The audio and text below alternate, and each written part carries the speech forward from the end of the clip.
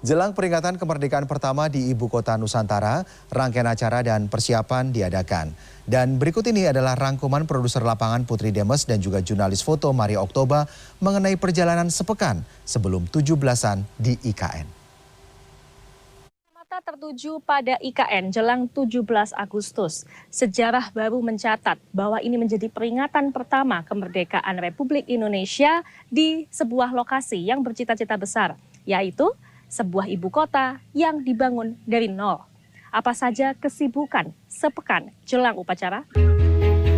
Dimulai sejak tanggal 10 Agustus, kirap duplikat bendera pusaka merah putih dan teks proklamasi dibawa dari Monas, Jakarta menuju Istana Negara di IKN.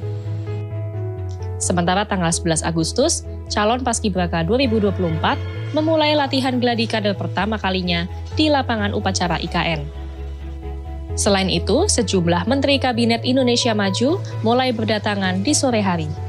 Ya, kita surprise makanya berhentinya di sini. Kita pengen lihat ini situasi istana dari sini seperti apa. Karena biasanya kita jalan pagi, ini sore kita mau. Keesokan harinya, serangkaian agenda resmi Presiden dimulai.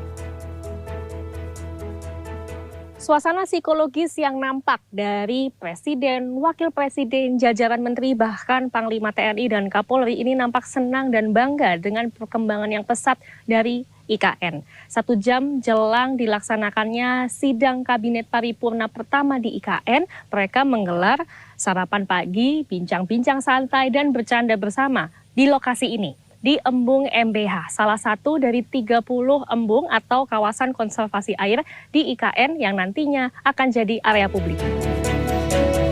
Suasana kebahagiaan itu juga nampak dari para menteri saat berada di Istana Garuda untuk mengikuti sidang Kabinet Paripurna. Sebut saja Menteri Keuangan Sri Mulyani yang menyempatkan berfoto di hall utama Istana. 13 Agustus, Presiden Joko Widodo mengundang wali kota, bupati, dan juga gubernur sebagai salah satu ajang untuk memamerkan Ibu Kota Nusantara. Presiden juga meminta agar seluruh kepala daerah ini juga bisa mencontoh konsep IKN di wilayahnya masing-masing dengan mendesain sebuah kota yang berkonsep Forest City, Smart City, dan juga Livable City. Presiden juga gelar peletakan batu pertama serta tinjau fasilitas di IKN seperti kereta otonom ramah lingkungan dan pusat pelatihan PSSI.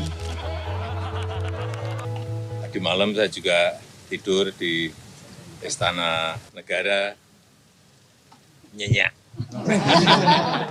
Pules.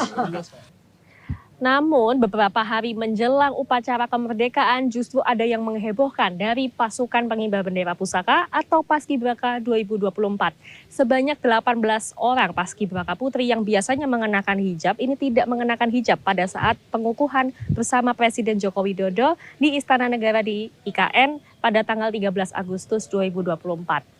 Kemudian Badan Pembinaan Ideologi Pancasila atau BPIP sebagai pelaksana pelatihan Paskibraka ini mengadakan konferensi pers dan kemudian mengkonfirmasi bahwa hal ini dilakukan tanpa memaksa para Paskibraka putri ini untuk melepas hijab, melainkan secara sukarela karena sudah termasuk di dalam peraturan tata cara berpakaian dinas upacara yang tanpa mengenakan hijab pada saat pengukuhan maupun juga pada saat pengibaran bendera.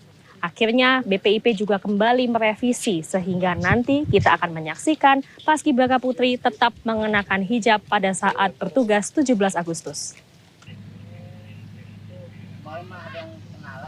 1 hari jelang upacara peringatan kemerdekaan, ini pasukan upacara menjalani hari tenang beristirahat, namun penjagaan sudah mulai diperketat. Ada 5.000 personil yang diterjunkan dari gabungan pasukan TNI, Polri, dan juga pemerintah daerah Kalimantan Timur untuk membuat pengamanan. Ada 3 wilayah, yakni Ring 1 adalah kawasan di dalam istana, Ring 2 ini adalah Plaza Seremoni Sumbu Kebangsaan, dan Ring 3 ini adalah yang masih bisa diakses oleh masyarakat umum sekitar.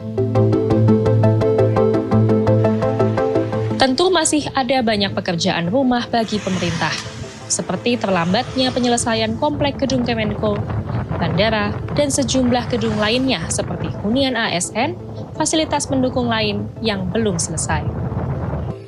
Tidak ada masalah meskipun presidennya sudah berganti bulan Januari nanti. Yang memasukkan anggarannya bukan saya, sudah presiden terpilih Bapak Prabowo Subianto. Saya kira sudah berkali-kali ya saya sampaikan bahwa saya bertekad untuk melanjutkan, kalau bisa menyelesaikan. Ya, Pak Jokowi saya kira sudah mengambil peran sejarah, beliau yang inisiasi.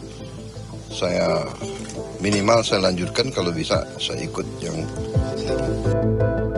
Dari pernyataan Presiden Joko Widodo dan juga Presiden terpilih Prabowo Subianto, kita bisa menangkap bahwa ada komitmen dari pemerintah untuk melanjutkan pembangunan IKN. Karena pembangunan IKN bukan hanya wilayah kawasan inti pusat pemerintahan saja, tapi seluruh wilayah pengembangannya seluas 252.000 hektar. Sebagai masyarakat, kita juga tentu berharap bahwa pembangunan IKN tidak hanya berhenti di seremonial 17 Agustus saja, melainkan terus berlanjut demi kebaikan masyarakat Indonesia.